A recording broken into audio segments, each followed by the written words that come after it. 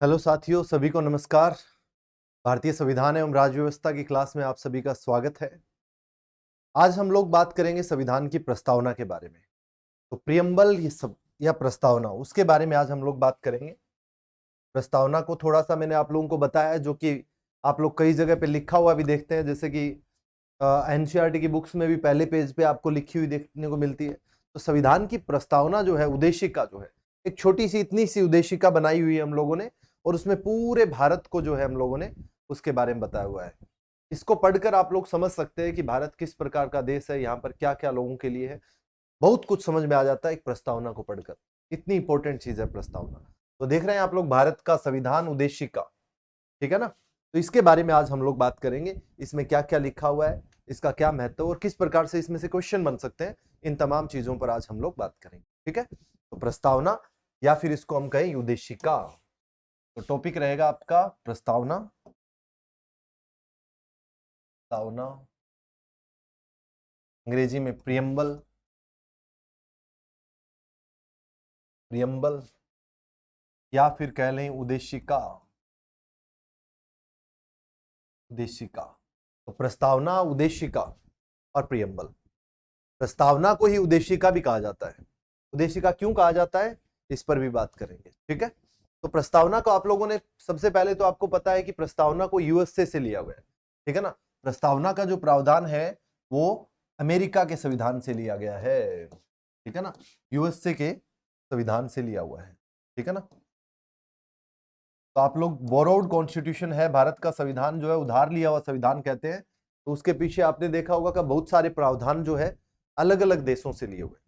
तो प्रस्तावना को कहां से लिया हुआ है, अमेरिका के से लिया हुआ है। ठीक है ना, तो अमेरिका के संविधान से प्रस्तावना को लिया हुआ है। दूसरा जो है, प्रस्तावना इतनी इंपॉर्टेंट है कि इसे संविधान की कुंजी भी कहा जाता है, की ऑफ द कॉन्स्टिट्यूशन कहा जाता है। संविधान की कुंजी जो है प्रस्तावना को कहा जाता है। दूसरा, प्रस्तावना जो है वो संविधान का, हम ये कह सकते हैं कि इंट्रोडक्शन है, परिचय है। तो संविधान के परिचय के रूप में भी जाना जाता है प्रस्तावना को। क्या कहा जाता है, प्रस्तावना को संविधान की कुंजी भी कहा जाता है, प्रस्तावना को संविधान का परिचय कहा जाता है। ठीक है, और ठाकुरदास भार्गव जो थे, ठाकुरदास भार्गव नाम के एक सदस्य थे, इन्होंने प्रस्तावना के लिए क्या वर्ड यूज किया गया है, इन्होंने प्रस्तावना को संविधान का क्या बताया है, संविधान की आत्मा कहा है। तो प्रस्तावना को संविधान की आत्मा भी कहा जाता है। संविधान की आत्मा कहा है, इन्होंने कहा है, ठाकुरदास भार्गव ने कहा है। ठाकुरदास भार्गव ने जो है, ठाकुरदास ठाकुरदास भार्गव ने प्रस्तावना को संविधान की आत्मा कहा है। ठीक है, तो इस प्रकार के प्रश्न बन सकते हैं कि किसने संविधान की आत्मा किसे कहा है। तो संविधान की आत्मा किसे कहा जाता है, प्रस्तावना को कहा जाता है। किसने कहा है, ठाकुरदास भार्गव ने कहा। ठीक है, वैसे संविधान की आत्मा जो है प्रस्तावना को कहा जाता है, लेकिन यहां पर क्वेश्चन अलग भी बनता है कि डॉक्टर भीमराव अंबेडकर ने संविधान की आत्मा किसको कहा है। ऐसा भी प्रश्न बनता है कि डॉक्टर भीमराव अंबेडकर ने संविधान की आत्मा किसे कहा है। तब आपका आंसर प्रस्तावना नहीं है, तब आपका उत्तर हो जाता है संविधान के भाग 3 के अंदर जो है मौलिक अधिकारों में एक अनुच्छेद है 32, जो कि संवैधानिक उपचारों का अधिकार है। जब हम लोग मौलिक अधिकार पढ़ेंगे तो उसमें विस्तार पूर्वक बात करेंगे। तो मौलिक अधिकारों के अंदर जो अनुच्छेद 32 है, संवैधानिक उपचारों का अधिकार, उसे डॉक्टर भीमराव अंबेडकर ने क्या कहा है, संविधान की आत्मा और हृदय दोनों कहा है। लेकिन ठाकुरदास भार्गव ने संविधान की आत्मा किसे कहा है, तो प्रस्तावना को कहा है। तो क्वेश्चन कई बार जनरली आता है प्रस्तावना के बारे में कि संविधान की आत्मा किसे कहा जाता है, तो आंसर होता है प्रस्तावना। लेकिन जब यह पूछा जाए पर्टिकुलरली कि डॉक्टर भीमराव अंबेडकर ने किसे कहा है, तब आपका अनुच्छेद 32 होता है। ठीक है ना, वो आगे आएगा, तब हम लोग विस्तार में और भी बात करेंगे। ठीक है ना, अभी के लिए क्या याद रखोगे कि संविधान की आत्मा जो है ठाकुरदास भार्गव ने कहा है प्रस्तावना के लिए, लेकिन संविधान के अनुच्छेद 32 को, अनुच्छेद 32 को डॉक्टर भीमराव अंबेडकर ने, डॉक्टर भीमराव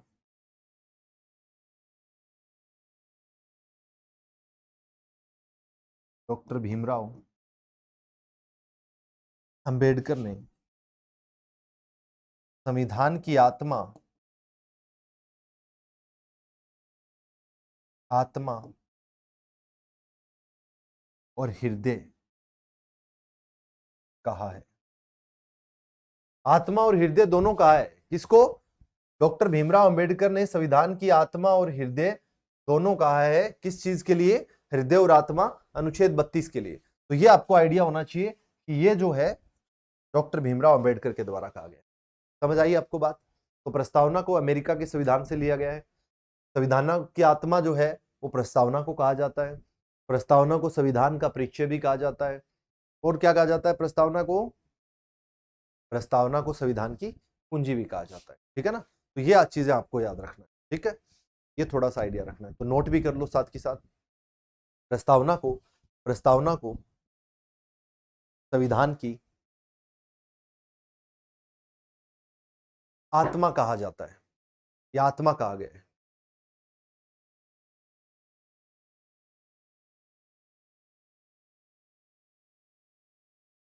प्रस्तावना को संविधान की आत्मा कहा गया है। आगे लिख देना डॉक्टर आपका ठाकुर भार्गव दास द्वारा, या ठाकुरदास भार्गव द्वारा। ठाकुरदास भार्गव द्वारा सामने लिख देना, ठाकुरदास भार्गव द्वारा।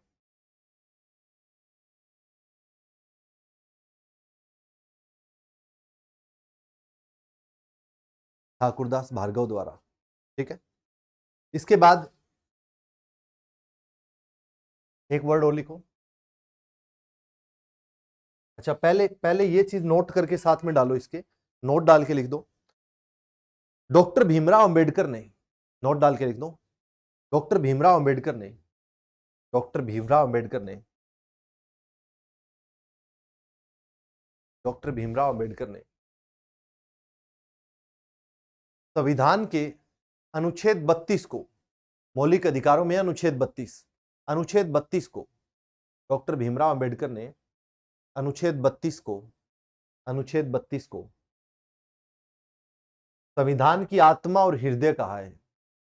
Very heart and soul of Indian constitution. संविधान की आत्मा और हृदय कहा है। डॉक्टर भीमराव अंबेडकर ने, नोट डाल के लिख देनी है बात, डॉक्टर भीमराव अंबेडकर ने अनुच्छेद 32 को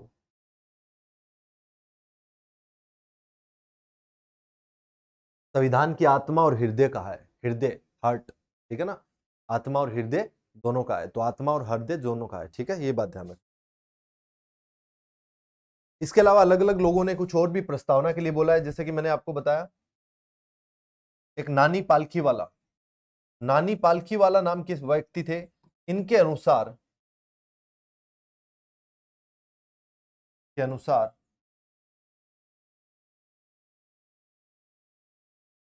प्रस्तावना संविधान का, प्रस्तावना संविधान का परिचय है। नानी पालखीवाला के अनुसार प्रस्तावना क्या है? संविधान का परिचय है। प्रस्तावना संविधान का परिचय है। नानी पालखीवाला के अनुसार प्रस्तावना संविधान का परिचय है। ठीक है, नोट करते रहना साथ के साथ। नानी पालखीवाला के अनुसार प्रस्तावना संविधान का परिचय है। ठीक है, इसके अलावा एक के.एम. मुंशी जी का नाम सुना होगा आप लोगों ने। के.एम. मुंशी,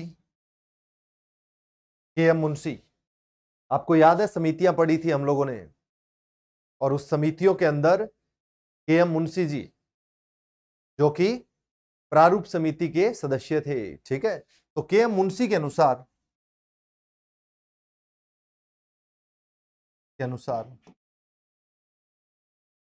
प्रस्तावना संविधान की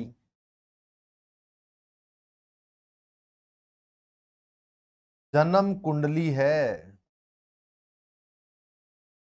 संविधान की जन्म कुंडली है। इन्होंने क्या कहा है? प्रस्तावना को संविधान की जन्म कुंडली कहा, यानी होरोस्कोप। होरोस्कोप।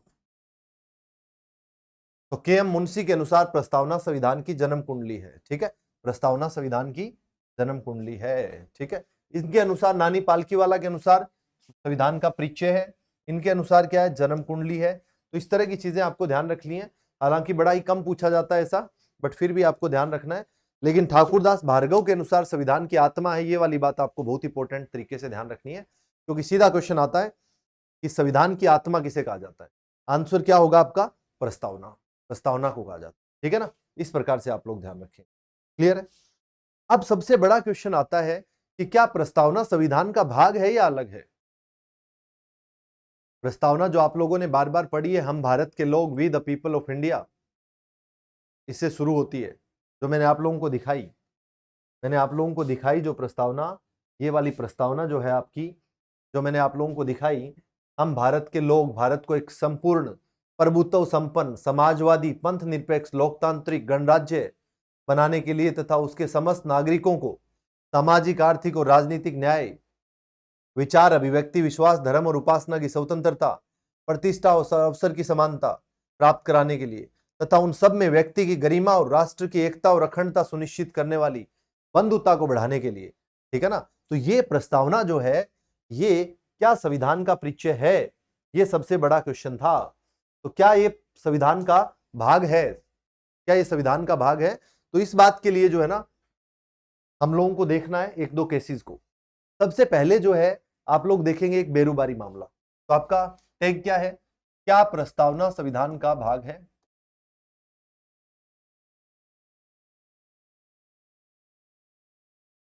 क्या प्रस्तावना संविधान का भाग है?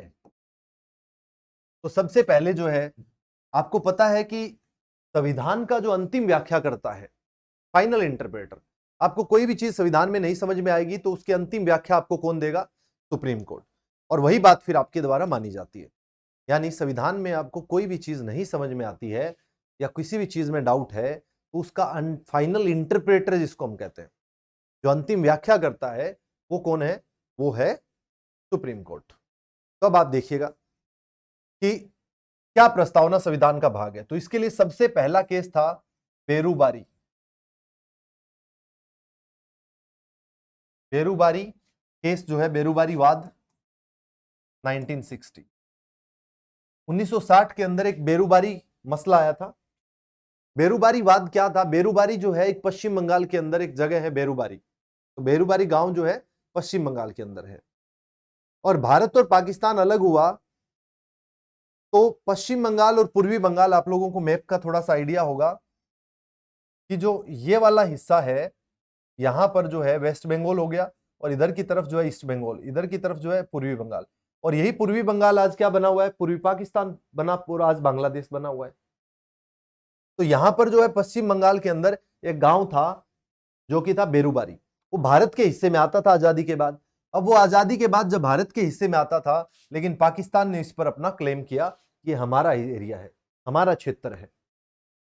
और इसके बाद जो है सीमा समझौते के अनुसार ये जो बेरूबारी था, ये पाकिस्तान को हमें देना था। तो इस चीज को लेकर ये मामला कोर्ट के अंदर आया था, जिसका नाम था बेरूबारी वाद। तो कोर्ट से राष्ट्रपति ने जो है इस पर विचार मांगा था, इस पर जो है कोर्ट का क्या कहना है। तो सुप्रीम कोर्ट से उसका पक्ष मांगा गया। तो सुप्रीम कोर्ट के द्वारा जो है बेरूबारी वाद के अंदर जब बातचीत हुई, तो सुप्रीम कोर्ट ने प्रस्तावना को लेकर जो बात कही वो क्या थी? तो इस केस में सुप्रीम कोर्ट ने प्रस्तावना को नहीं माना।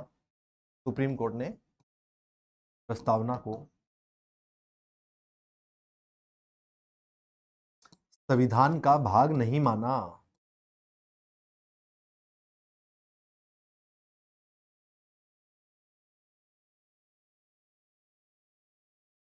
तो बेरूबारी मामले में प्रस्तावना को संविधान का भाग सुप्रीम कोर्ट ने नहीं माना। यह बात आपको याद रखनी है। सबसे पहला केस जो था बेरूबारी वाद 1960 का, सुप्रीम कोर्ट ने निर्णय दिया कि जो प्रस्तावना है वो संविधान का भाग नहीं है। ठीक है ना? तो क्या नोट करोगे आप लोग? यहां पर लिखो फटाफट से। ये आप लोग नोट कर चुके हैं। अब आप लोगों ने क्या हेडिंग डाली? क्या प्रस्तावना संविधान का भाग है? तो सबसे पहले लिखोगे बेरूबारी वाद। बेरूबारी वाद 1960, बेरूबारी वाद 1960, बेरूबारी वाद 1960 में सुप्रीम कोर्ट ने निर्णय दिया, में सुप्रीम कोर्ट ने निर्णय दिया, में सुप्रीम कोर्ट ने निर्णय दिया कि प्रस्तावना संविधान का भाग नहीं है। प्रस्तावना संविधान का भाग नहीं है। निर्णय दिया कि प्रस्तावना संविधान का भाग नहीं है। तो इस मामले में सुप्रीम कोर्ट ने निर्णय दिया प्रस्तावना संविधान का भाग नहीं है। फिर बाद में केस आता है आपका केशव नंद भारती केस। केशव नंद भारती नाम मामला आपने सुना होगा। केशव नंद भारती बनाम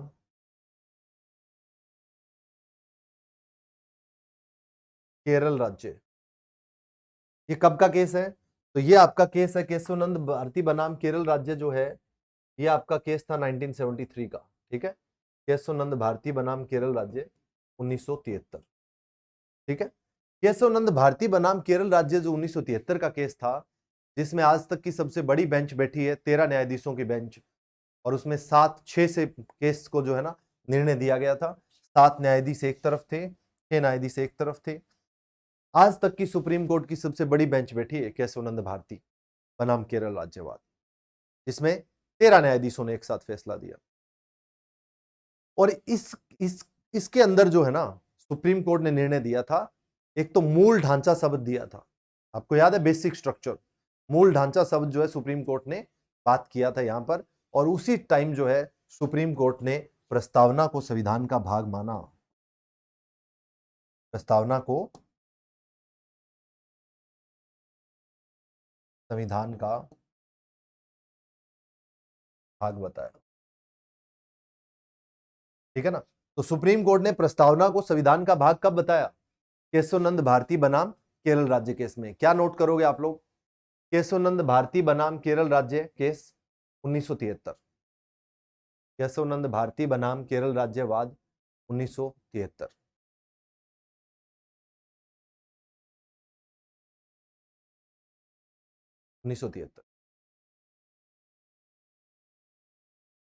इसमें लिखो, इस वाद में या इस केस में सुप्रीम कोर्ट ने मूल ढांचे का सिद्धांत दिया था, बेसिक स्ट्रक्चर डॉक्ट्रिन दिया था। बेसिक स्ट्रक्चर डॉक्ट्रिन या मूल ढांचे का सिद्धांत दिया था। मूल ढांचा वर्ड, तो मूल ढांचे का सिद्धांत दिया था। और इसमें सुप्रीम कोर्ट ने प्रस्तावना को संविधान का भाग माना। और इसमें सुप्रीम कोर्ट ने प्रस्तावना को संविधान का भाग माना। इसमें सुप्रीम कोर्ट ने प्रस्तावना को संविधान का भाग माना। तो पहली बार सुप्रीम कोर्ट ने प्रस्तावना को संविधान का भाग कब माना? केशव नंद भारती केस में। क्या याद रखोगे? यही बात याद रखनी। केशव नंद भारती बनाम केरल राज्य केस में सुप्रीम कोर्ट ने प्रस्तावना को संविधान का भाग माना। ठीक है, तथा निर्णय दिया कि प्रस्तावना में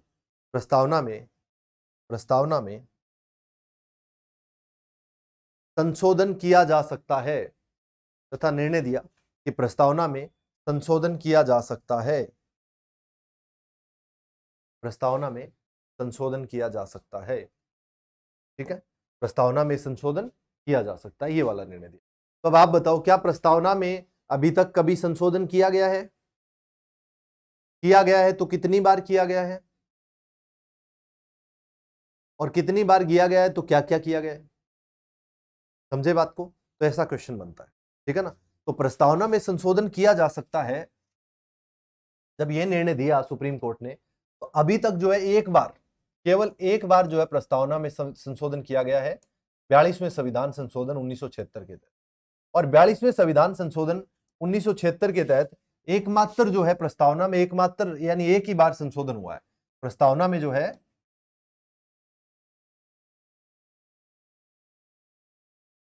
केवल एक बार संशोधन किया गया है। केवल एक बार संशोधन किया गया।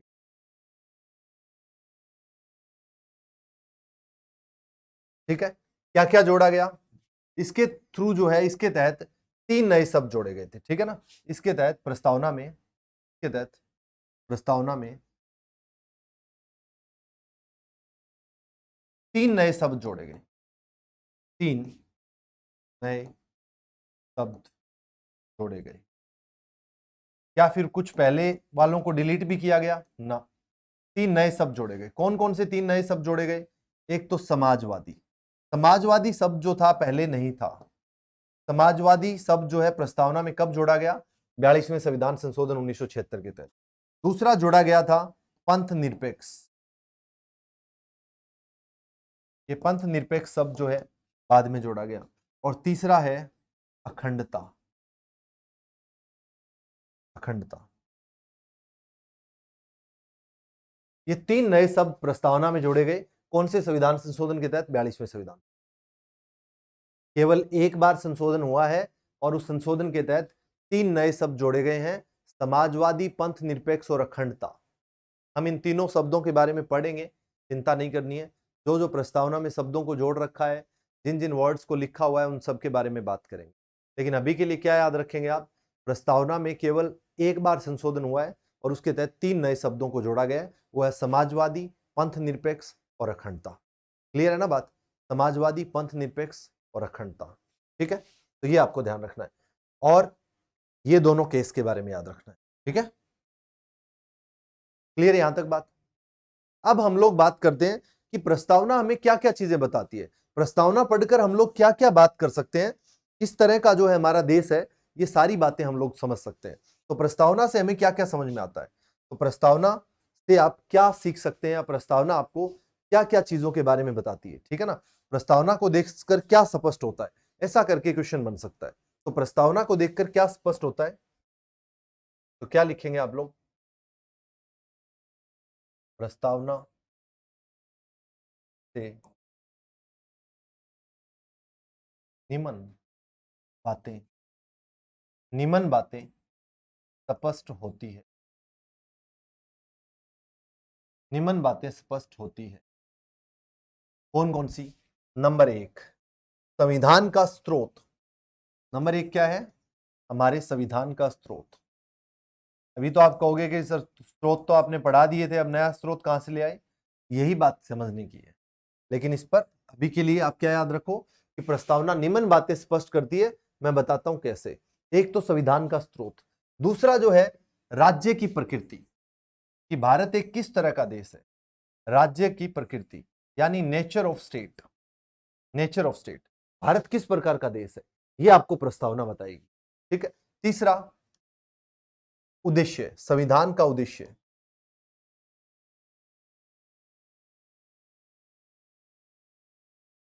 संविधान का उद्देश्य। और चौथा है संविधान लागू होने की तिथि, यानी डेट, जिस दिन संविधान लागू होता है, तो संविधान के लागू होने की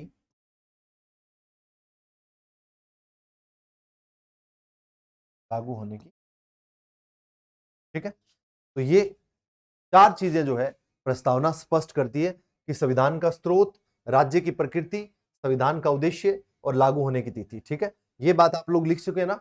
42वें संविधान संशोधन अगर नहीं लिखी है तो पहले ये लिखो, प्रस्तावना में नोट करो पहले ये,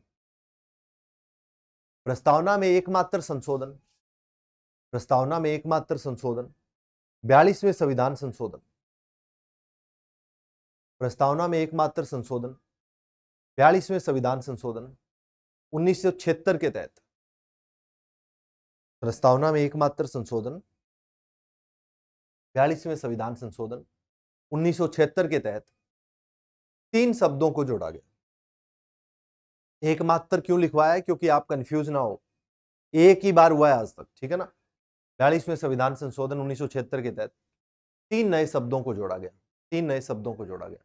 नंबर एक समाजवादी, नंबर एक समाजवादी, नंबर दो पंथ निरपेक्ष, नंबर एक समाजवादी, नंबर दो पंथ निरपेक्ष, और नंबर तीन है आपका अखंडता। नंबर तीन है आपका अखंडता।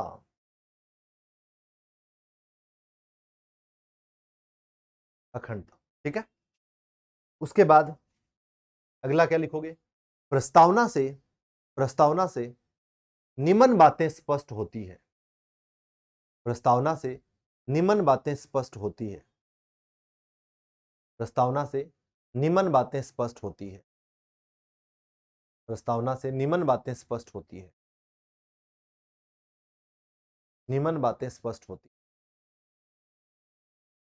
नंबर एक, संविधान का स्रोत, सोर्स ऑफ द कॉन्स्टिट्यूशन।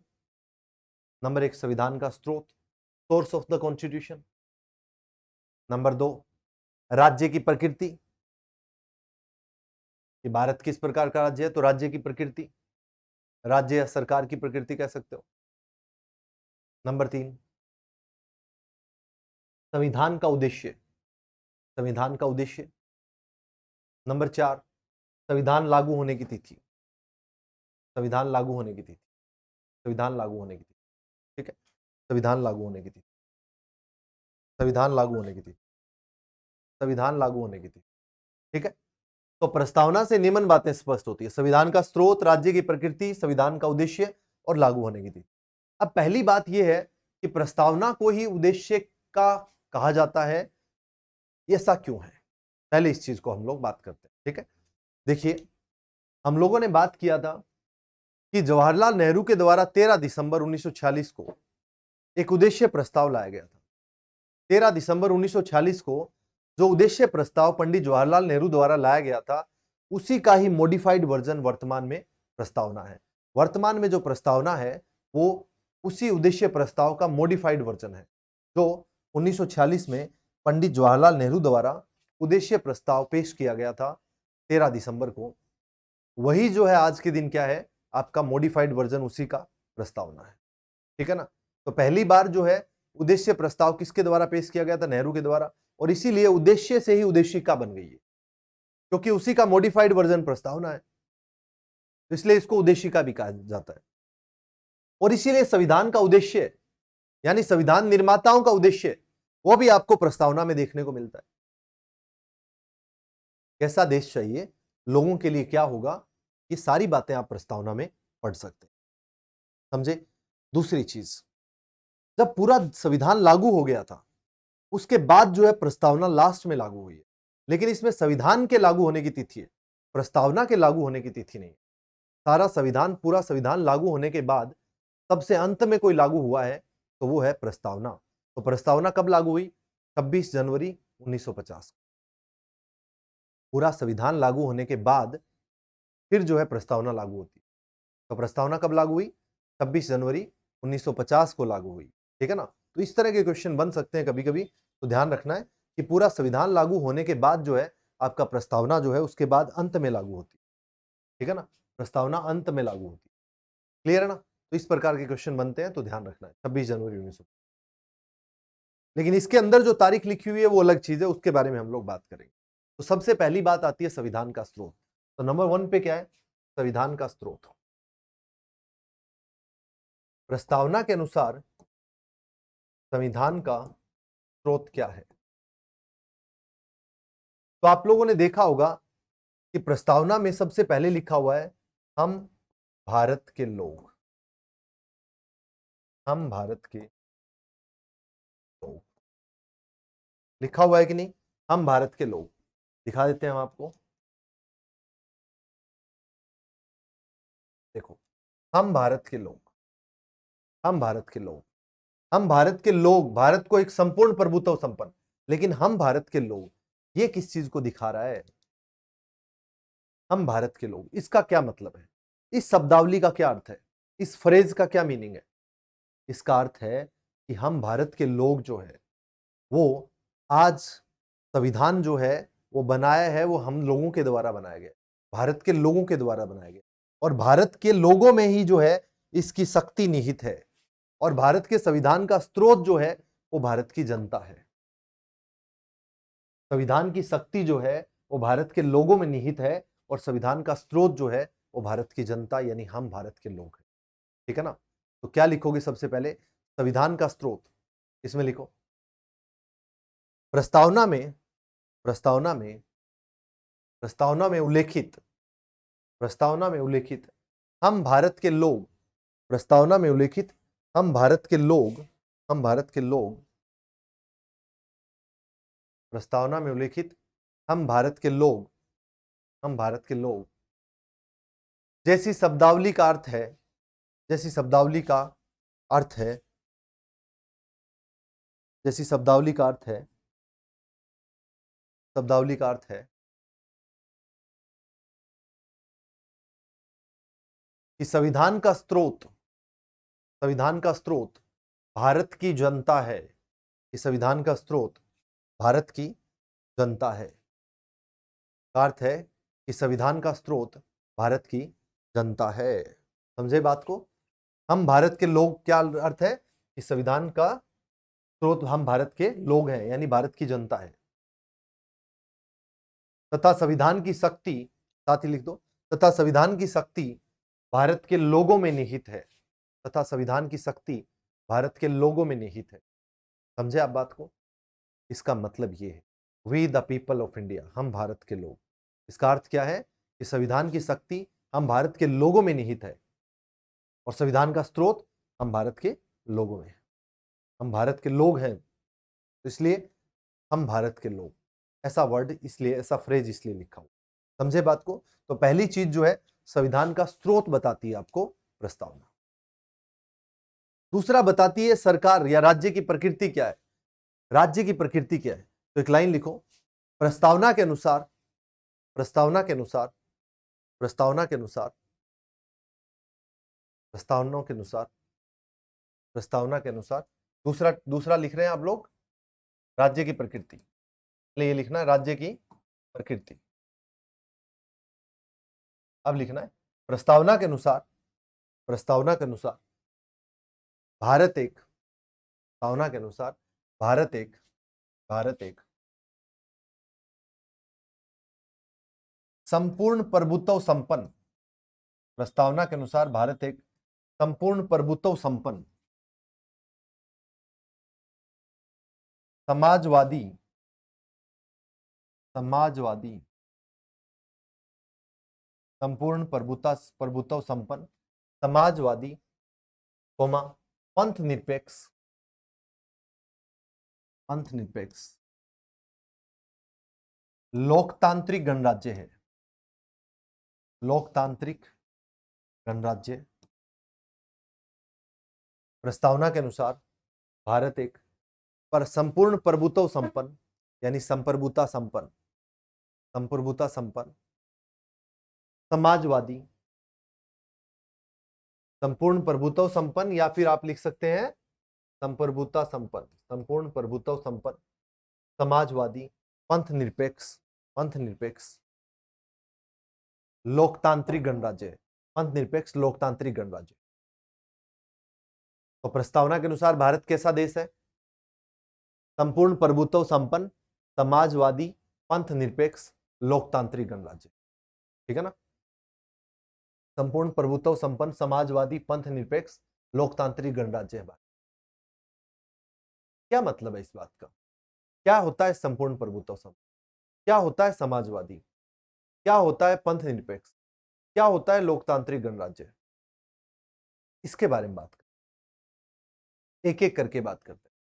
सबसे पहले है संपूर्ण प्रभुत्व संपन्न, यानी भारत क्या है? एक प्रभुत्व संपन्न है, यानी भारत एक संप्रभुता संपन्न देश है। प्रभुत्व संपन्न का मतलब क्या होता है? What do you mean by प्रभुत्व संपन्न? अगर आपसे पूछे प्रस्तावना के अनुसार भारत कैसा देश है, तो भारत एक संपूर्ण प्रभुत्व संपन्न समाजवादी पंथ निरपेक्ष लोकतांत्रिक गणराज्य। अच्छा, इसका क्रम ऐसे ही आपको याद होना चाहिए। इस क्रम को आप आगे पीछे नहीं कर सकते। जैसा प्रस्तावना में लिखा हुआ है वैसा ही क्रम आपको याद रखना है, क्योंकि कई बार जो है इनको क्रम के अनुसार लगाना ही पूछ लिया जाता है। ठीक है ना? तो इसलिए आपको पहले पता होना चाहिए कि सबसे पहले संपूर्ण प्रभुत्व संपन्न वर्ड यूज हुआ है, उसके बाद फिर आपका समाजवादी, फिर पंथ निरपेक्ष, फिर लोकतांत्रिक, फिर गणराज्य। ठीक है? इन दो वर्ड्स को आप लोग अंडरलाइन करके रखोगे, समाजवादी को और पंथ निरपेक्ष। ठीक है? अभी आपने क्या लिखा? राज्य की प्रकृति, और उसमें क्या लिखा कि प्रस्तावना के अनुसार भारत एक संपूर्ण प्रभुत्व संपन्न समाजवादी पंथ निरपेक्ष लोकतांत्रिक गणराज्य। ये बात आपने नोट की है। ठीक है ना? भारत एक संपूर्ण प्रभुत्व संपन्न समाजवादी पंथ निरपेक्ष लोकतांत्रिक गणराज्य है। ओके? अब सबसे पहली चीज है प्रभुत्व संपन्न का अर्थ क्या होता है? व्हाट इज प्रभुत्व संपन्न? क्या होता है आपका प्रभुत्व संपन्न? What do you mean by प्रभुत्व संपन्न? इसका मतलब होता है सोवरन, यानी भारत बिना किसी बाहरी दबाव के अपने फैसले, अपने निर्णय स्वयं लेगा। आंतरिक रूप से भी और बाह्य रूप से भी, दोनों रूप से भारत क्या है? एक संप्रभुता संपन्न देश है, यानी दोनों प्रकार से संप्रभु संपन्न देश है। आंतरिक और बाह्य मामलों में जो है स्वतंत्र होकर निर्णय लेगा।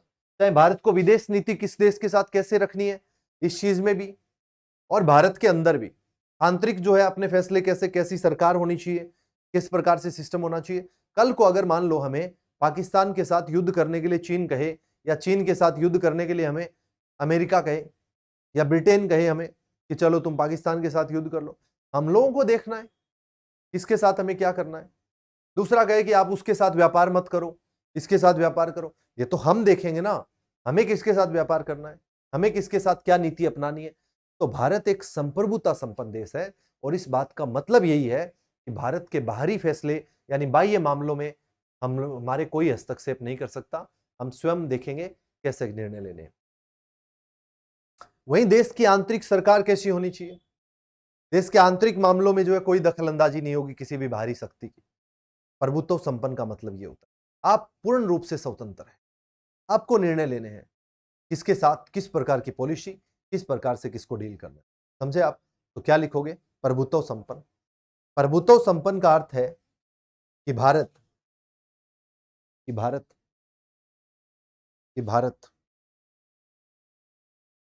अपने आंतरिक और बाह्य मामलों में, भारत अपने आंतरिक और बाह्य मामलों में, आंतरिक और बाह्य मामलों में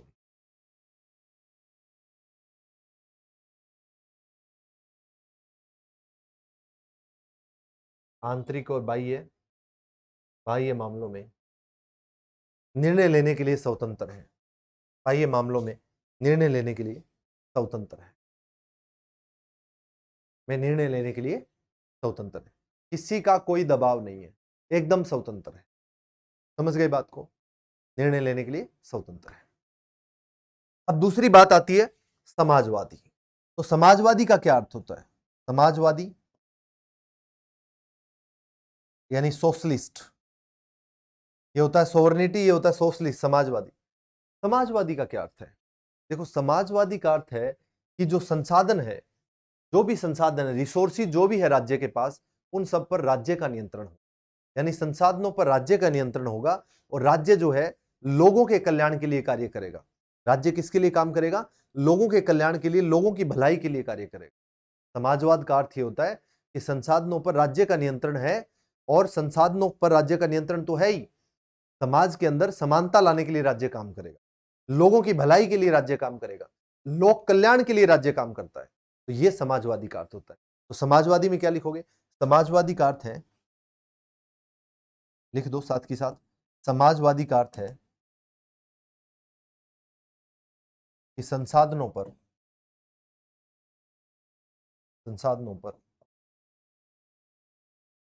राज्य का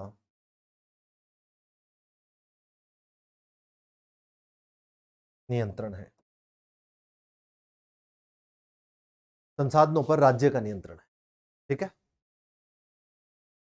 संसाधनों पर राज्य का नियंत्रण। समाजवादी का अर्थ है संसाधनों पर राज्य का नियंत्रण, ठीक है, का अर्थ है संसाधनों पर राज्य का नियंत्रण। राज्य समाज के कल्याण के लिए कार्य करेगा, राज्य समाज के कल्याण के लिए कार्य करेगा, ठीक है। इसके बाद अगली चीज आती है आपकी पंथ निरपेक्ष।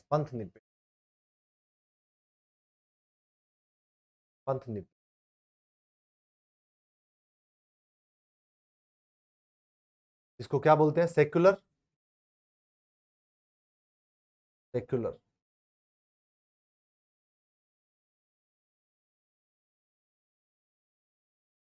या पंथ निरपेक्ष का क्या मतलब होता है,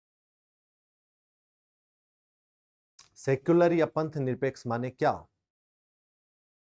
सेक्युलर या पंथ निरपेक्ष का अर्थ होता है कि राज्य जो है वो कोई धर्म नहीं रखेगा, राज्य का खुद का कोई धर्म नहीं है।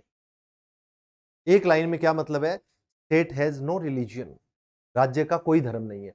राज्य न तो किसी धर्म को बढ़ावा देने के लिए कार्य करेगा, और ना ही राज्य किसी धर्म को नीचे लेकर आएगा, यानी ना तो किसी भी धर्म को दबाने का कार्य करेगा, और ना ही जो है किसी राज्य को बढ़ावा दे, किसी राज्य द्वारा जो है ना किसी धर्म को बढ़ावा दिया जाएगा। सभी धर्मों को राज्य द्वारा बराबर समझा जाएगा। तो इसका एक लाइन में अगर पूछा जाए आपसे बात, तो इसका अर्थ क्या होगा? राज्य का कोई धर्म नहीं।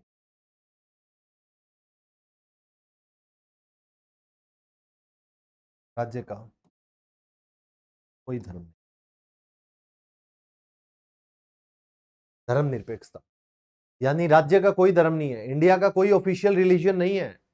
जैसे कि पाकिस्तान का इस्लाम है, बांग्लादेश का इस्लाम है, लेकिन भारत का हिंदू नहीं है। भारत एक सभी धर्मों को संजोए हुए हैं एक साथ। ऐसा क्यों? क्योंकि हमारा कोई ऑफिशियल रिलीजन है ही नहीं राज्य का। राज्य के लिए सभी धर्म बराबर है, और ये अपने आप में एक बहुत बड़ी बात होती है, जिसमें सब धर्म के लोग एक साथ मिलकर जुलकर रह सके, ऐसा हमारा सिस्टम है। तो पंथ निरपेक्ष का अर्थ है राज्य का कोई धर्म नहीं है, स्टेट हैज नो रिलीजन। और राज्य इसके अंदर लिख दो, राज्य का कोई धर्म नहीं है, राज्य किसी भी धर्म को बढ़ावा नहीं देता है, यानी राज्य किसी भी एक धर्म को बढ़ावा नहीं देता है। राज्य किसी भी एक धर्म को बढ़ावा नहीं देता है, किसी भी एक धर्म को बढ़ावा नहीं देता है। राज्य सभी धर्मों के साथ एक समान व्यवहार करता है। राज्य सभी धर्मों के साथ एक समान व्यवहार करता है। राज्य सभी धर्मों के साथ एक समान व्यवहार करता है। राज्य सभी धर्मों के साथ एक समान व्यवहार करता है, एक समान व्यवहार करता है।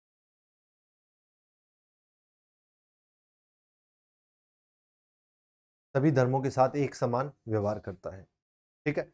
अब कई बार क्वेश्चन आ जाता है, क्या पंथ निरपेक्षता शब्द जो है मूल संविधान में था? क्या पंथ निरपेक्ष शब्द मूल संविधान में था या नहीं? तो देखिए, पंथ निरपेक्ष शब्द जो है वो मूल संविधान में अगर हम लोग देखें तो अनुच्छेद 25 में देखने को मिलता है। मूल संविधान में अनुच्छेद 25 के अंतर्गत जो है भारत एक धर्मनिरपेक्ष देश है। कैसे? क्योंकि अनुच्छेद 25 कहता है कि किसी भी व्यक्ति को अपने अंतर मन की स्वतंत्रता है, अपने अंतःकरण की स्वतंत्रता है। वो किसी भी धर्म को माने या ना माने, माने तो माने, उसकी पूजा अर्चना करे, उसकी उपासना करे, और उसका प्रचार करने का अधिकार है। तो ये धर्मनिरपेक्षता ही तो बता रहा है। अनुच्छेद 25 में जो है धर्मनिरपेक्षता का उल्लेख है।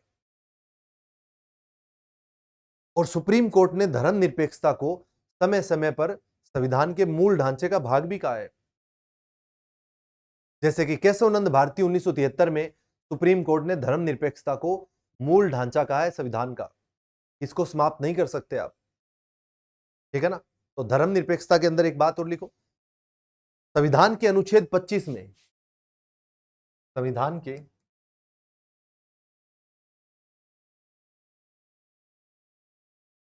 अनुच्छेद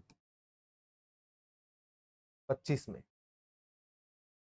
अनुच्छेद 25 में मूल रूप से मूल रूप से मूल रूप से पंथ निरपेक्षता का उल्लेख है, या पंथ निरपेक्षता उल्लेखित है। मूल रूप से पंथ निरपेक्षता शब्द उल्लेखित है।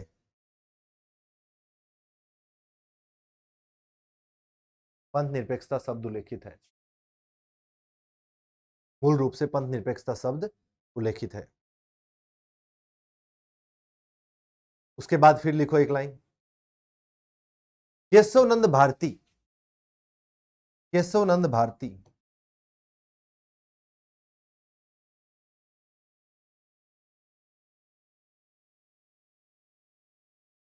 बनाम बनाम केरल राज्य, 1973 का केस है। केशवनंद भारती बनाम केरल राज्यवाद में सुप्रीम कोर्ट ने, सुप्रीम कोर्ट ने, नोट करो साथ की साथ, केशवनंद भारती बनाम केरल राज्यवाद 1973 में, 1973 में सुप्रीम कोर्ट ने, सुप्रीम कोर्ट ने पंथ निरपेक्षता को या पंथ निरपेक्ष को संविधान का मूल ढांचा बताया है। संविधान का मूल ढांचा बताया है। संविधान का मूल ढांचा बताया है। संविधान का मूल ढांचा बताया है।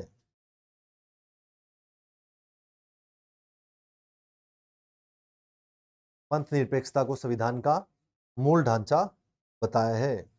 ठीक है, तो ये बात ध्यान रखना है। इसके अलावा एक आप बात और भी ध्यान रख सकते हो आप, यहाँ पर एसआर बोमई केस था, उसमें भी मूल ढांचा ही बताया। एसआर बोमई, एसआर बोमई बनाम कर्नाटक राज्य,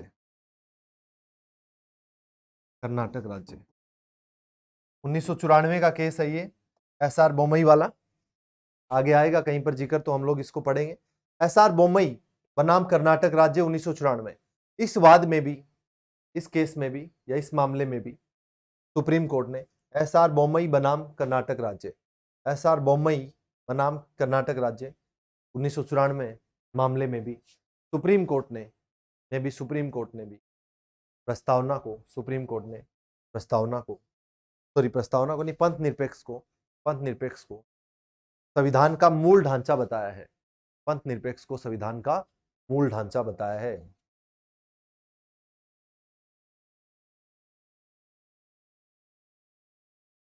ठीक है, मूल ढांचा बताया है, पंथ निरपेक्षता को संविधान का मूल ढांचा बताया। क्लियर है ये बात? इसके बाद नेक्स्ट आपका लोकतांत्रिक। अगला वर्ड क्या था? लोकतांत्रिक। लोकतांत्रिक का क्या मतलब होता है? लोकतांत्रिक की डेफिनेशन जो है, लोकतंत्र क्या होता है? डेमोक्रेसी। इसकी सबसे बेस्ट डेफिनेशन दे रखी है अमेरिका के एक पूर्व राष्ट्रपति ने, अब्राहम लिंकन ने। क्या? Government by the people, for the people, of the people. लोगों की सरकार, लोगों के लिए, लोगों द्वारा। तो इसमें लोकतंत्र में क्या होता है कि लोग सरकार चुनते हैं, फिर वो लोगों के बिहाफ पे काम कर सकती है। अब लोकतंत्र दो प्रकार का होता है, एक होता है प्रत्यक्ष लोकतंत्र, एक होता है अप्रत्यक्ष लोकतंत्र। लोकतंत्र जो होता है दो प्रकार का होता है, एक होता है प्रत्यक्ष लोकतंत्र और एक होता है अप्रत्यक्ष लोकतंत्र। अप्रत्यक्ष लोकतंत्र में कि आप जो है खुद भाग ले रहे हैं। कानून बनाते टाइम मोदी जी जो है आपको फोन कर रहे हैं बार बार, भाई साहब ऐसा कर लें कि नहीं, प्रत्यक्ष है। और 5 साल तक पूछते ही नहीं है, फोन करना दूर की बात है, आप खुद बोलो कि नहीं साहब ये नहीं चाहिए, उसके बाद भी ना माने, ये अप्रत्यक्ष है। तो भारत में कौन सा लोकतंत्र है? प्रत्यक्ष है कि अप्रत्यक्ष है? भारत में अप्रत्यक्ष लोक। अप्रत्यक्ष लोकतंत्र को रिप्रेजेंटेटिव लोकतंत्र या प्रतिनिधित्वात्मक जो लोकतंत्र भी कहते हैं। ठीक है ना, अप्रत्यक्ष लोकतंत्र को आप प्रतिनिधित्वात्मक लोकतंत्र भी कहते हो, प्रतिनिधित्वात्मक लोकतंत्र यानी रिप्रेजेंटेटिव डेमोक्रेसी।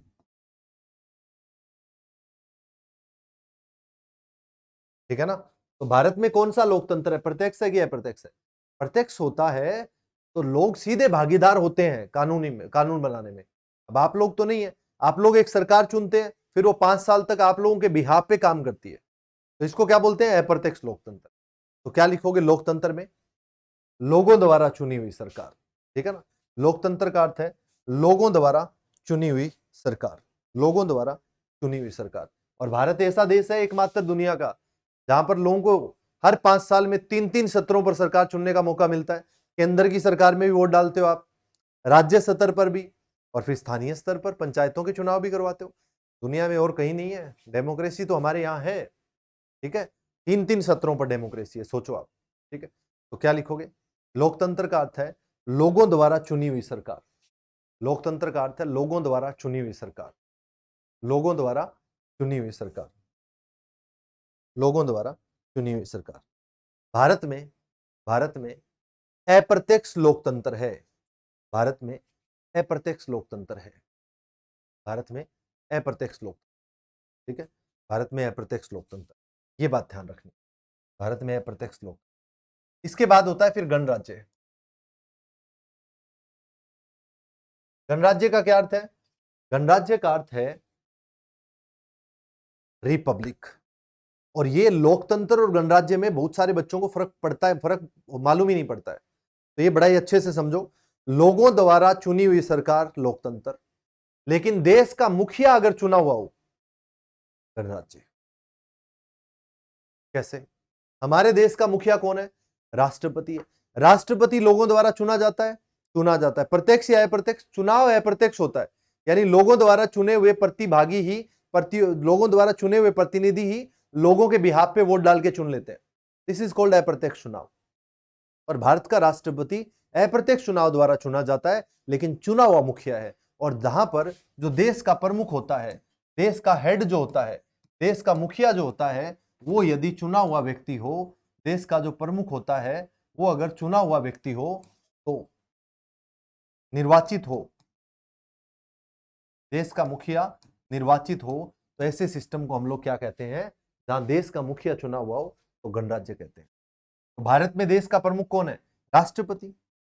राष्ट्रपति जो है देश का हेड है और वो चुना हुआ है, और राष्ट्रपति निर्वाचित होता है भारत में, और निर्वाचित होता है तो इसलिए हम लोग क्या कहते हैं?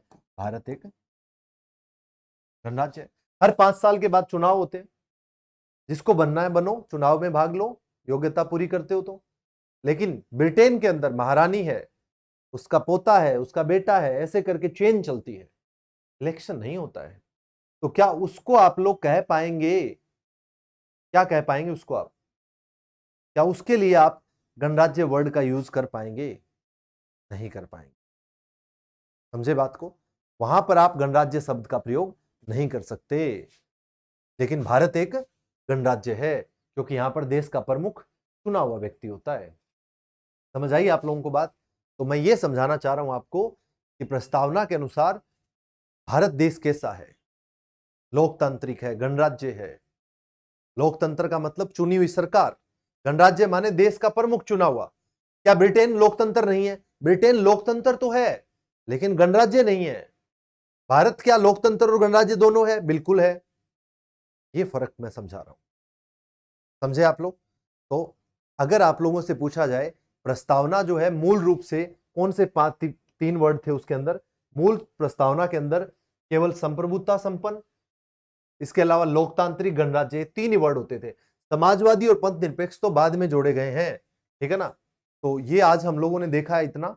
बाकी हम लोग अगली क्लास के अंदर देखते हैं कि आगे जो चीजें हैं वो हम लोग अगली क्लास में देखेंगे। जैसे कि प्रस्तावना के अनुसार भारत के लोगों के लिए संविधान में क्या है, किस प्रकार का जो है उद्देश्य है हमारा लोगों के लिए, ठीक है? तो वो सारी चीजें हम लोग अगली क्लास में देखेंगे। आज हम लोग इतना ही कर पाए हैं, ठीक है? तो आप लोग इतना पढ़िए अच्छे से। पर प्रस्तावना के हर एक पॉइंट से क्वेश्चन बनते हैं, बड़ा ही अच्छे से देखने की जरूरत है आप लोगों को, ठीक है ना? बड़ा ही अच्छे से देखने की जरूरत है प्रस्तावना को, और बड़ा ही प्यार से समझने की जरूरत है, ठीक है? 2-3 बार पढ़ना है, किस प्रकार से प्रश्न बनते हैं देखोगे PYQs कर करके, तो आपको पता लगेगा कि कितने क्वेश्चन बन सकते हैं प्रस्तावना से, ठीक है? तो आज के लिए इतना काफी है, कल मिलते हैं। Thank you.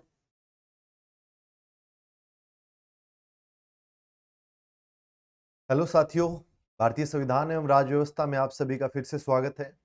हम लोग बात कर रहे थे प्रस्तावना के बारे में, और लास्ट क्लास में हम लोगों ने प्रस्तावना के बारे में काफी बातें कर ली थी, जिसमें हम लोगों ने बात की थी इनिशियली कि प्रस्तावना जो है वो संविधान की कुंजी है, संविधान का परिचय है। और ठाकुरदास भार्गव जो थे, इन्होंने प्रस्तावना को संविधान की आत्मा भी कहा है, ठीक है ना?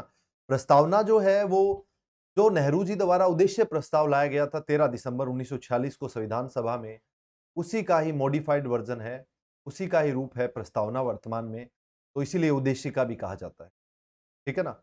इसके बाद हम लोग बात कर रहे थे कि प्रस्तावना जो है पूरा संविधान लागू होने के बाद अंत में जो है प्रस्तावना लागू हुई थी। तो प्रस्तावना 26 जनवरी 1950 को लागू हुई, लेकिन पूरा संविधान लागू होने के बाद लास्ट में प्रस्तावना लागू हुई। फिर हम लोग बात कर रहे थे कि क्या प्रस्तावना संविधान का भाग है? तो बिल्कुल प्रस्तावना संविधान का भाग है, लेकिन शुरू में ऐसा नहीं माना गया था। बेरोबारी केस में भी नहीं माना गया था। केशवानंद भारती केस जो था उसमें इस बात को मान लिया गया था 1973 में सुप्रीम कोर्ट द्वारा कि हाँ, प्रस्तावना जो है वो संविधान का एक अभिन्न अंग है, भाग है, और इसमें भी सब जो बाकी संविधान में संशोधन होता है वैसे इसमें भी संशोधन किया जा सकता है। तो ये तमाम चर्चा हम लोगों ने कर ली। इसके बाद हम लोग बात कर रहे थे कि अगर अगर प्रस्तावना को पढ़े हम तो कौन कौन सी बातें स्पष्ट होती है। तो प्रस्तावना क्या क्या बातें स्पष्ट कर रही है, इस पर हम लोगों ने बात की। तो प्रस्तावना क्या क्या चीजें स्पष्ट कर रही थी? तो प्रस्तावना हमें स्पष्ट कर रही थी कि संविधान का स्रोत क्या है, सोर्स ऑफ द कॉन्स्टिट्यूशन प्रस्तावना बता रही थी। दूसरी चीज प्रस्तावना बता रही थी हमें कि सरकार की जो है या राज्य की प्रकृति कैसी है। तो हम लोगों ने देखा सोर्स में सबसे पहले क्या देखा था, हम भारत के लोग, तो हम भारत के लोग जो है ये बता रहे हैं कि भारत के लोगों में संविधान की शक्ति निहित है, ये बात हम लोगों ने की। उसके बाद था कि राज्य की प्रकृति कैसे होगी। तो राज्य की प्रकृति की अगर बात करें हम लोग, तो राज्य कैसा है ये हम लोगों ने देखी थी कि प्रस्तावना के अनुसार भारत जो है वो एक संप्रभुता संपन्न, समाजवादी, धर्मनिरपेक्ष, लोकतांत्रिक गणराज्य है। इन शब्दों के क्या मायने हैं, इनका क्या महत्व है, वो सब हम लोगों ने बात कर लिया। इसके अलावा प्रस्तावना बताती है कि संविधान के स्रोत के अलावा और राज्य की प्रकृति के अलावा संविधान का उद्देश्य क्या उद्देश्य, उद्देश्य का अर्थ है कि संविधान जो है वो भारत के लोगों को क्या प्रदान करता है, और उसके बाद लागू होने की तिथि, डेट क्या थी। ये चार चीजें स्पष्ट कर रही थी। तो आज हम लोग बात करेंगे संविधान के उद्देश्य क्या है, ठीक है ना। तो प्रस्तावना में संविधान के उद्देश्य अगर आप लोग देखेंगे स्पष्ट रूप से लिखे होते हैं कि बनाने के लिए था उसके समस्त नागरिकों को सामाजिक, आर्थिक और राजनीतिक न्याय, विचार, अभिव्यक्ति, विश्वास, धर्म और उपासना की स्वतंत्रता, प्रतिष्ठा और अवसर की समानता तथा सबके लिए राष्ट्र की एकता और अखंडता सुनिश्चित करने वाली बंधुता बढ़ाने का प्रयास करते हैं, ठीक है ना। तो ये चीजें आज हम लोग बात करते हैं। तो देखिएगा, सबसे पहले तीसरी चीज जो हमारी थी वो क्या थी, संविधान का उद्देश्य। संविधान का उद्देश्य, तीसरी चीज प्रस्तावना क्या प्रकट करती है, तो संविधान का उद्देश्य, है ना। संविधान का उद्देश्य क्या है ये प्रकट करती है। तो प्रस्तावना के अनुसार संविधान का क्या उद्देश्य है, क्या उद्देश्य है। तो सबसे पहली चीज, प्रस्तावना भारत के लोगों को न्याय प्रदान करती है। न्याय यानी जस्टिस, न्याय। अब न्याय दो प्रकार का होता है। सबसे पहले न्याय प्रदान करती है न्याय। न्याय तीन प्रकार का न्याय होता है। एक होता है सामाजिक न्याय, एक होता है आर्थिक न्याय, और एक होता है राजनीतिक न्याय, ठीक है ना। साफ स्पष्ट रूप से तीन प्रकार के न्याय को लिखा हुआ है, सामाजिक, आर्थिक और राजनीतिक न्याय। समझ रहे हैं आप बात को। तो न्याय कितने प्रकार का, तो सामाजिक न्याय, प्रस्तावना सामाजिक न्याय, आर्थिक न्याय और राजनीतिक न्याय। राजनीतिक, तीन प्रकार के न्याय की बात करती है सामाजिक, आर्थिक और राजनीतिक न्याय। सामाजिक न्याय क्या होता है, आर्थिक न्याय क्या होता है, राजनीतिक न्याय क्या होता है। वैसे तो देखें तो तीनों चीजें आपस में इंटरलिंक है, एक दूसरे से जुड़ी है। सामाजिक न्याय के बिना आर्थिक न्याय संभव नहीं है, आर्थिक न्याय के बिना राजनीतिक न्याय संभव नहीं है। लेकिन सामाजिक, आर्थिक और राजनीतिक न्याय जो है, इसका अर्थ क्या है, ये हम लोगों को समझना है। देखिए, सामाजिक न्याय होता है कि समाज में भेदभाव नहीं होना। सामाजिक न्याय का क्या अर्थ होता है, सामाजिक न्याय का अर्थ होता है कि बिना भेदभाव, भेदभाव रहित समाज, भेदभाव रहित समाज। क्या मतलब होता है भेदभाव रहित समाज। तो सामाजिक न्याय का अर्थ होता है भेदभाव रहित समाज, यानी समाज में किसी प्रकार का भेदभाव नहीं होना चाहिए। जैसे कि भेदभाव कहां हो सकता है, जाति के आधार पे हो सकता है, जेंडर के आधार पे, लिंग के आधार पे हो सकता है, महिला पुरुष, तो किसी प्रकार का भेदभाव नहीं होना। सामाजिक न्याय होता है भेदभाव रहित समाज, समझे। तो सामाजिक न्याय में क्या लिखोगे, सामाजिक न्याय पहले आप लोगों को लिखना है संविधान का उद्देश्य, उसमें क्या क्या प्रदान करता है। तो सबसे पहले है न्याय। न्याय, न्याय कितने प्रकार का न्याय कल को पूछ ले, तीन प्रकार का न्याय। तो नोट भी करो साथ के साथ। प्रस्तावना के अनुसार, तो यह प्रस्तावना में तीन प्रकार के न्याय का उल्लेख है। प्रस्तावना में तीन प्रकार के न्याय का उल्लेख है, तीन प्रकार के न्याय का उल्लेख है। सामाजिक न्याय, आर्थिक न्याय तथा राजनीतिक न्याय। प्रस्तावना में तीन प्रकार के न्याय का उल्लेख है, सामाजिक न्याय, आर्थिक न्याय तथा राजनीतिक न्याय। राजनीतिक न्याय साथ के साथ नोट करते रहो। सामाजिक न्याय का अर्थ है,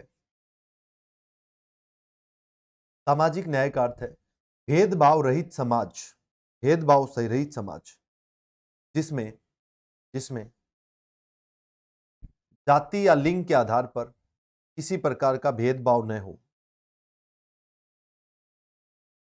जिसमें जाति या लिंग के आधार पर किसी प्रकार का भेदभाव न हो। तो ये क्या होता है, सामाजिक न्याय, ठीक है ना।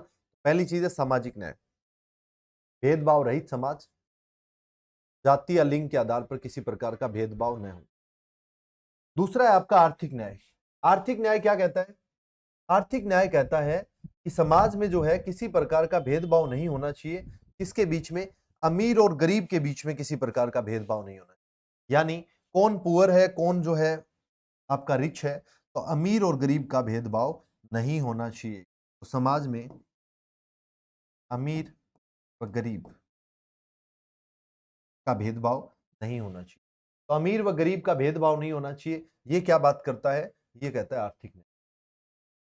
सबको आजीविका प्राप्त करने का अपना अधिकार होना चाहिए, अपना गुजारा चलाने का सबको बराबर अधिकार होना चाहिए, सबको जो है ना अपनी इक्वल अपॉर्चुनिटी होनी चाहिए। समझ रहे हैं आप लोग, सबको बराबर होना चाहिए। तो ये किसी प्रकार का अमीर और गरीब का जो है ना किसी प्रकार का भेदभाव किए बिना सबको अपनी आजीविका प्राप्त करने का अधिकार होना ही आर्थिक न्याय।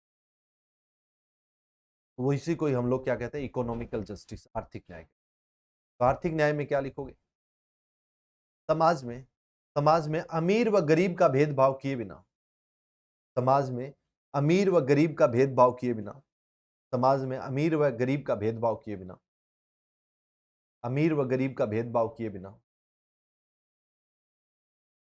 सभी को आजीविका प्राप्त करने का, सभी को आजीविका प्राप्त करने का समान अवसर प्राप्त होना चाहिए।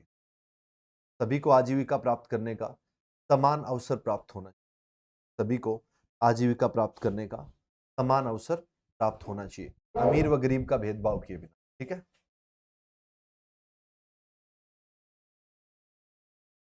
समान अवसर प्राप्त होना। तो दिस इज आर्थिक न्याय। तो ये होता है आपका आर्थिक न्याय। उसके बाद है फिर राजनीतिक न्याय। राजनीतिक न्याय क्या बात करता है, देखिएगा राजनीतिक न्याय जो है, राजनीतिक न्याय क्या कहता है, राजनीतिक न्याय कहता है कि जो राजनीतिक इंस्टीट्यूशंस है, यानी जो पॉलिटिकल ऑर्गेनाइजेशंस है, उनमें सभी को समान रूप से भागीदारी का जो है हक होना चाहिए। सबकी एक वोट की एक वैल्यू होनी चाहिए। एक वोट की एक वैल्यू है, तो चाहे कोई गरीब आदमी वोट डाल रहा है, चाहे अमीर आदमी वोट डाल रहा है, सबकी वोट की वैल्यू एक ही रहेगी। समझ रहे हैं, चाहे कोई अरबपति है, चाहे फिर कोई रिक्शा चलाने वाला है, वोट की वैल्यू सबकी एक ही रहेगी। एक वोट एक वैल्यू, ये जो है ये आपको राजनीतिक न्याय स्थापित कर। तो राजनीतिक न्याय यानी पॉलिटिकल जस्टिस की स्थापना का मतलब क्या हो गया, राजनीतिक न्याय की स्थापना का अर्थ हो गया कि समाज में जो है इस प्रकार से न्याय होना चाहिए कि राजनीतिक जो भागीदारी जो है, या फिर राजनीतिक भागीदारी जो है वो सबकी बराबर होनी चाहिए, इसमें किसी प्रकार का भेदभाव नहीं करना। तो राजनीतिक न्याय में क्या लिखोगे, राजनीतिक न्याय का अर्थ है, राजनीतिक न्याय का अर्थ है, राजनीतिक न्याय का अर्थ है, राजनीतिक न्याय का अर्थ है राजनीति में भी नहीं मत लिखो आप लिखो इसकी जगह शासन की प्रक्रिया में, शासन की प्रक्रिया में, शासन की प्रक्रिया में, शासन की प्रक्रिया में समान रूप से भागीदारी, शासन की प्रक्रिया में समान रूप से भागीदारी, समान रूप से भागीदारी, शासन की प्रक्रिया में समान रूप से भागीदारी, शासन की प्रक्रिया में समान रूप से भागीदारी। तो ये होता है आपका राजनीतिक न्याय। राजनीतिक न्याय सामाजिक, आर्थिक और राजनीतिक। तो राजनीतिक न्याय क्या कहता है, शासन की प्रक्रिया में समान रूप से भागीदारी, सबको बराबर हक, कोई भेदभाव नहीं, ये होता है आपका न्याय। ठीक है, न्याय। इसके बाद देखो 3 प्रकार का न्याय है। न्याय का उल्लेख और कहां का है संविधान में, एक तो प्रस्तावना में है, इसके अलावा जब हम लोग डीपीएसपी पढ़ेंगे, राज्य के नीति निर्देशक सिद्धांत, वहां भी उल्लेख है। ठीक है, तो 3 प्रकार के न्याय का उल्लेख प्रस्तावना में भी है, इसके अलावा डीपीएसपी में भी है, राज्य के नीति निर्देशक सिद्धांतों में। कई बार क्वेश्चन आता है प्रस्तावना के अलावा सामाजिक, आर्थिक और राजनीतिक न्याय के सिद्धांत का उल्लेख और कहां है। सामाजिक, आर्थिक और राजनीतिक न्याय का सिद्धांत का उल्लेख प्रस्तावना के अलावा आपका डीपीएसपी में भी है। इसके अलावा क्वेश्चन ये भी बन सकता है कि सामाजिक, आर्थिक, राजनीतिक न्याय का सिद्धांत कहां से लिया गया है, तो ये कहां से लिया हुआ है, रूस से लिया हुआ है। ठीक है ना, ये कहां से लिया हुआ है, रूस से लिया हुआ है। तो इस प्रकार के क्वेश्चन पर भी आपको ध्यान रखना, राइट। इसके बाद है आपका न्याय के बाद स्वतंत्रता। दूसरी चीज है न्याय के बाद स्वतंत्रता। न्याय के बाद दूसरी चीज है स्वतंत्रता। स्वतंत्रता, स्वतंत्रता कौन सी? स्वतंत्रता में जो है प्रस्तावना में 5 प्रकार की स्वतंत्रता की बात की गई। देखो कई बार सीधा प्रश्न आता है, प्रस्तावना में कितने प्रकार की स्वतंत्रता की बात? 5 प्रकार। कितने प्रकार की न्याय की बात की गई? 3 प्रकार। तो आपको एकदम क्लियर होना चाहिए, इसलिए कहता हूं प्रस्तावना को ठीक से अच्छे से पढ़ना है, कई क्वेश्चन में, ठीक है ना। तो स्वतंत्रता 5 प्रकार की स्वतंत्रता की बात की गई। कौन कौन सी? विचार की स्वतंत्रता, अभिव्यक्ति, अभिव्यक्ति की स्वतंत्रता, विश्वास, विश्वास, धर्म, विश्वास धर्म, वह वह उपासना की स्वतंत्रता, उपासना। तो कितनी स्वतंत्रता की बात की गई है? उपासना, धर्म, विश्वास, विव्यक्ति, विचार, ये 5 प्रकार की स्वतंत्रता का उल्लेख किया गया है। विचार प्रकट करने का, विचार अपने आपको अपने विचारों का अधिकार है, थॉट्स, विव्यक्ति का अधिकार है, यानी आप अपने विचार प्रकट कर सकते हैं, किसी भी माध्यम से प्रकट कर सकते हैं, आपको अधिकार है। सोशल मीडिया के जरिए, अखबार के जरिए, रेडियो के जरिए, किसी भी प्रकार से आपको जो है ना विचार प्रकट करने का अधिकार है। कार्टून बनाकर अपने विचार प्रकट कर सकते हो आप। तो विचार प्रकट करने का अधिकार, तो विचार, अभिव्यक्ति यानी थॉट एंड एक्सप्रेशन, विश्वास, धर्म और उपासना। विश्वास, धर्म और उपासना का क्या मतलब है? विश्वास का अर्थ है कि आप किसी भी पर्टिकुलर धर्म में विश्वास करें या ना भी करें तो भी आपको इस बात का अधिकार है कि आप किसी भी जो है ना पर्टिकुलर रिलीजन के अंदर विश्वास रखें या ना रखें, आपका अधिकार है। किसी भी धर्म को माने या ना माने, आपको अधिकार है। उसकी पूजा पाठ आप करें या ना करें, आपको स्वतंत्रता इस बात की। किस प्रकार से आप उपासना करते हैं, आप हाथ जोड़ के करते हैं, आप नमन करके करते हैं, आप जो है चर्च में जाकर उपासना करते हैं, तो किस प्रक्रिया से आप उपासना करते हैं, पूजा पाठ करते हैं, आपको इस बात का अधिकार है। तो विश्वास और धर्म व उपासना की स्वतंत्रता जो है वो आपको दे रखी है, ठीक है ना।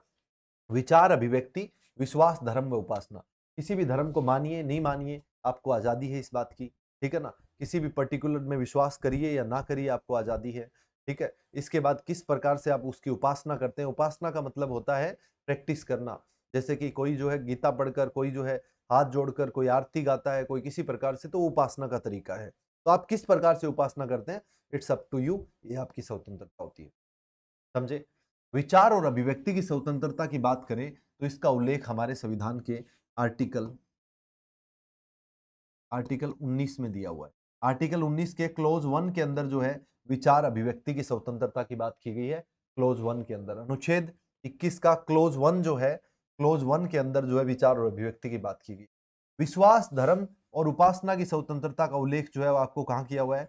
आर्टिकल 25 के अंदर जो है उल्लेख किया हुआ है। अनुच्छेद 25 के अंदर जो है विश्वास, धर्म व उपासना की स्वतंत्रता का उल्लेख किया हुआ है, ठीक है ना। तो 25 से 28 जो आपका अनुच्छेद है मौलिक अधिकारों के अंदर ही, उसमें विश्वास, धर्म व उपासना की स्वतंत्रता का उल्लेख किया हुआ है। तो ये आपको ध्यान रखना है इस प्रकार। विचार और अभिव्यक्ति की स्वतंत्रता, अनुच्छेद 19 क्लोज 1। विश्वास, धर्म व उपासना की स्वतंत्रता, विश्वास, धर्म व उपासना की स्वतंत्रता का उल्लेख जो है वो आपका अनुच्छेद 25 से लेकर 28 के बीच में किया हुआ है, ठीक है। आपको ध्यान रखना है, अनुच्छेद 25 भी याद रख लो, बाकी आप मौलिक अधिकार पढ़ेंगे तो सारी चीजें आगे आ जाए, ठीक है। बट इसमें 5 प्रकार की स्वतंत्रता है, इनका क्रम भी ध्यान रखना है, विचार, अभिव्यक्ति, विश्वास, धर्म व उपासना की, ठीक है। इसके बाद और क्या बात करता है ये? और बात करता है ये बात करता है इक्वलिटी की, यानी समानता की बात करता है। समानता कौन सी? समानता की बात करता है ये इक्वलिटी की, समानता। समानता इसमें 2 प्रकार से है, 2 प्रकार की समानता का उल्लेख। अगर आपसे समानता पूछे कितनी प्रकार की समानता का उल्लेख है प्रस्तावना में, तो 2 प्रकार की समानता का उल्लेख, ठीक है ना। कौन कौन सी? एक है प्रतिष्ठा,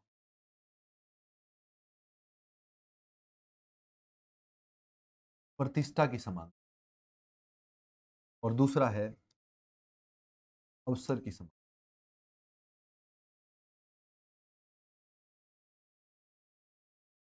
प्रतिष्ठा और अवसर की समानता। तो पहला प्रतिष्ठा की समानता, दूसरा अवसर की समानता, समझे बात आप? Equality of status and opportunity, प्रतिष्ठा और अवसर की समानता। तो equality of status and opportunity, प्रतिष्ठा और अवसर की समानता प्रदान करता है आपको ये, ठीक है ना, ये आपको ध्यान रखना है, स्टेटस और प्रतिष्ठा और अवसर की समानता, ठीक है ना। तो प्रतिष्ठा और अवसर की समानता, समाज में आपको एक प्रतिष्ठित जीवन जीने का अधिकार है। ऐसा नहीं है कि कोई छोटा है, बड़ा है, गरीब है, अमीर है, सबकी समान स्टेटस है प्रतिष्ठा के साथ, ठीक है। अवसर की समानता, सबको अपॉर्चुनिटी, बराबर हक होना चाहिए। नौकरी में है तो सबको अवसर समान मिलने चाहिए, हर चीज में जो है समान अवसर मिलने चाहिए। तो प्रतिष्ठा की समानता और अवसर की समानता, ये बात करता है आपके साथ, ये बात ध्यान रखें। दो प्रकार की समानता का उल्लेख है। क्लियर आपको अच्छे से एकदम, ये प्रतिष्ठा और अवसर की समानता। इसके बाद ये बात करता है बंधुता प्रदान करता है। बंधुता, बंधुता, बंधुता कौन सी, देखिएगा आपको मैं प्रस्तावना दिखाता हूं। तो यहां पर क्या लिखता है, व्यक्ति की गरिमा और राष्ट्र की एकता और अखंडता सुनिश्चित करने वाली बंधुता, ठीक है ना। तो आपको यह ध्यान रखना है कि व्यक्ति की गरिमा, व्यक्ति की गरिमा, व्यक्ति की गरिमा और देश की एकता, एकता और अखंडता, यानी एक भारत रहे, श्रेष्ठ भारत रहे। तो एकता, सब लोगों के अंदर यूनिटी होनी चाहिए, लोगों के अंदर एक भावना होनी चाहिए, यूनिटी होनी चाहिए। अखंडता क्या है, अखंड भारत रहना चाहिए बिना टुकड़ों के, अखंडता, ठीक है। तो एकता और अखंडता, हालांकि अखंडता जो है बाद में जोड़ा गया है, एकता और अखंडता को, एकता और अखंडता को सुनिश्चित करने वाली, सुनिश्चित करने वाली बंधुता। बंधुता, बंधुता क्या होता है, ब्रदरहुड, भाईचारे की भावना, बंधुता, ठीक है। तो ये किसकी बात करता है, व्यक्ति की गरिमा, देश की एकता और अखंडता को सुनिश्चित करने वाली बंधुता प्रदान करने की बात करता है। एकता और अखंडता जो है, एकता का मतलब लोगों के बीच एक होने की भावना, और अखंडता बनी रहे यानी देश की अखंडता बनी रहे, ठीक है ना। तो अखंड भारत, अखंडता शब्द मूल संविधान में नहीं होता था, इसे बाद में जोड़ा गया है। और कब जोड़ा गया है, तो 42वें संविधान संशोधन 1946 के तहत जोड़ा गया है। 3 शब्दों को जोड़ा गया था, आप जानते हैं अच्छे से। तो पहले बता चुका हूं मैं आपको कौन कौन से, समाजवादी और धर्मनिरपेक्ष, और तीसरा वर्ड है अखंडता। मूल संविधान, मूल प्रस्तावना में नहीं होता था, इसे बाद में जोड़ा गया है, ठीक है। तो ये बात आपको ध्यान रखना, क्लियर। तो बंधुता, ठीक है। तो ये सब चीजें जो है ना, संविधान के अंदर बात की गई है, प्रस्तावना के अंदर बात की गई, ठीक है ना। ये सारी बातों की प्रस्तावना में बात की गई है, तो इनको साथ के साथ आपको नोट भी करना है, ठीक है। न्याय कौन सा था, स्वतंत्रता कौन सी है, तो स्वतंत्रता में विचार, अभिव्यक्ति, नोट भी कर दो साथ के साथ, नोट कर दो इसको। पहले का तो हम लोग लिख सके हैं, इसका तो इसको नोट कर दो। विचार, अभिव्यक्ति, विश्वास, धर्म व उपासना की स्वतंत्रता, विचार, अभिव्यक्ति, विश्वास, धर्म व उपासना की स्वतंत्रता, विचार, अभिव्यक्ति, विश्वास, धर्म व उपासना की स्वतंत्रता। विचार और अभिव्यक्ति की स्वतंत्रता का उल्लेख अनुच्छेद 19 के क्लोज 1 में है। विचार और अभिव्यक्ति की स्वतंत्रता का उल्लेख, विचार और अभिव्यक्ति की स्वतंत्रता का उल्लेख, विचार और अभिव्यक्ति की स्वतंत्रता का उल्लेख अनुच्छेद 19 क्लोज 1 में है, अनुच्छेद 19 क्लोज 1 में है, ठीक है। विश्वास, धर्म व उपासना, विश्वास, धर्म व उपासना की स्वतंत्रता का उल्लेख, विश्वास, धर्म व उपासना की स्वतंत्रता का उल्लेख अनुच्छेद 25 से 28 तक है, अनुच्छेद 25 से 28 तक है। तो इस प्रकार से आपको ध्यान रखना है कि ये 5 प्रकार की स्वतंत्रता, ठीक है। इसके बाद नेक्स्ट, समानता। प्रस्तावना में 2 प्रकार की समानता का उल्लेख है, प्रस्तावना में 2 प्रकार की समानता का उल्लेख है, 2 प्रकार की समानता का उल्लेख है।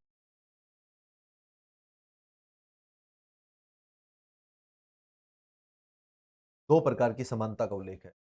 पहली प्रतिष्ठा की समानता, दूसरी अवसर की समानता। तो प्रतिष्ठा और अवसर की समानता कौन सी दो है, प्रतिष्ठा की समानता और अवसर की समानता। तो प्रतिष्ठा की समानता और अवसर की समानता।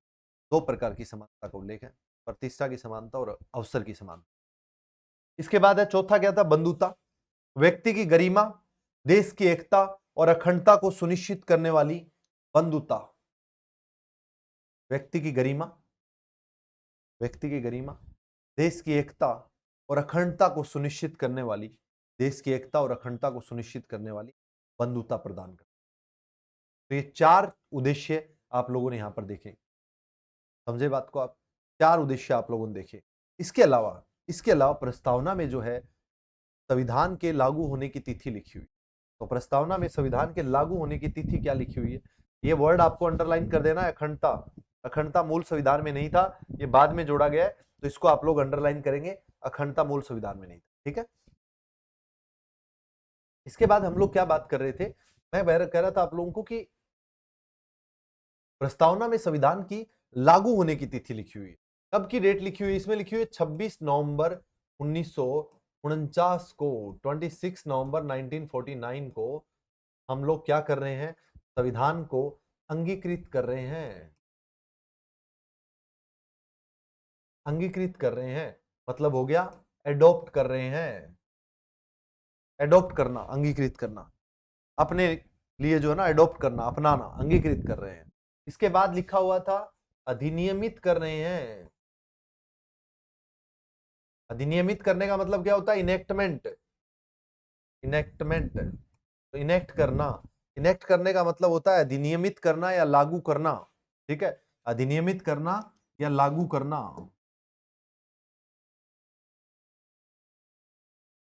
अधिनियमित करना या लागू करना, अंगीकृत करना, अधिनियमित करना, और इसके अलावा तीसरी चीज क्या है? वो है आत्मर्पित करना।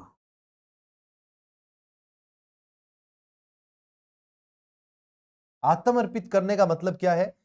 गिव टू आवर सेल्व्स, यानी अपने आप को दे रहे हैं। तो अंगीकृत करना, अधिनियमित करना, और उसके बाद स्वयं को सौंपना, मतलब गिव टू आवर सेल्व्स। ठीक है, गिव टू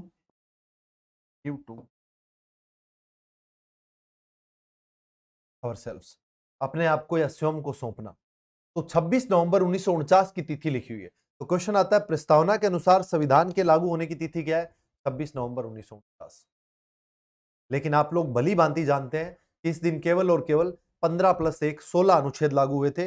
बाकी अनुच्छेद जो है 26 जनवरी 1950 को लागू हुए थे। ये बात आपको बहुत अच्छे तरीके से पता है। तो क्या लिखोगे? प्रस्तावना के अनुसार 26 नवंबर 1949 को 26 नवंबर 1949 को 26 नवंबर 1949 को प्रस्तावना के अनुसार 26 नवंबर 1949 को प्रस्तावना के अनुसार 26 नवंबर 1949 को संविधान सभा द्वारा संविधान को अंगीकृत किया जाता है। वैसे क्या है? संविधान सभा वर्ड काट दो। 26 नवंबर 1949 को संविधान को अंगीकृत, अधिनियमित तथा आत्मर्पित किया जाता है। ठीक है, 26 नवंबर 1949 को संविधान को अंगीकृत यानी अडॉप्ट किया गया, अधिनियमित लागू किया गया, तथा आत्मर्पित खुद को सौंपा गया। तो अंगीकृत, अधिनियमित तथा आत्मर्पित किया जाता है। 26 नवंबर 1949 को अंगीकृत, अधिनियमित तथा आत्मर्पित किया गया है।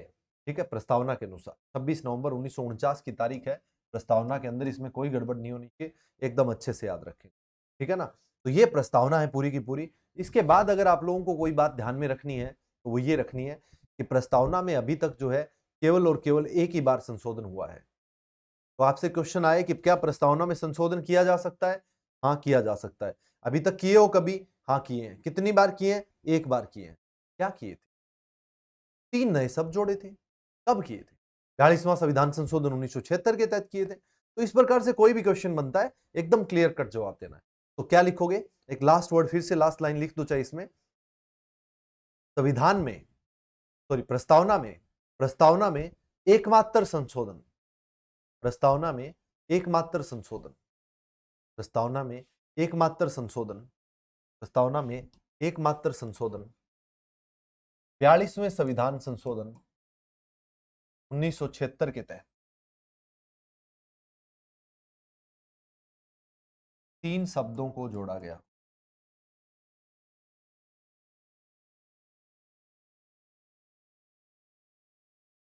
तीन शब्दों को जोड़ा गया, क्या क्या? समाजवादी, समाजवादी, धर्म, पंथ निरपेक्ष, पंथ निरपेक्ष तथा अखंडता। इन पर हम लोग विचार बात कर चुके हैं पहले ही। तो पंथ निरपेक्ष या धर्म निरपेक्ष और समाजवादी और अखंडता, इन 3 शब्दों को जोड़ा गया था 42वें संविधान संशोधन 1976 के तहत। केवल एक ही बार संविधान में संशोधन किया गया है, के बाद आज तक नहीं हुआ है। पहले सीधी लाइन थी, पहले सीधा क्या था? अगर आप लोग प्रस्तावना देखोगे तो प्रस्तावना के अंदर क्या है? पहले क्या था? समाजवादी, पंथ निरपेक्ष, ये 2 वर्ड नहीं थे। तो क्या था? संप्रभुता संपन्न या प्रभुत्व संपन्न लोकतांत्रिक गणराज्य, 3 ही वर्ड थे। तो आपको इनका सीक्वेंस पता होना चाहिए, ठीक है ना?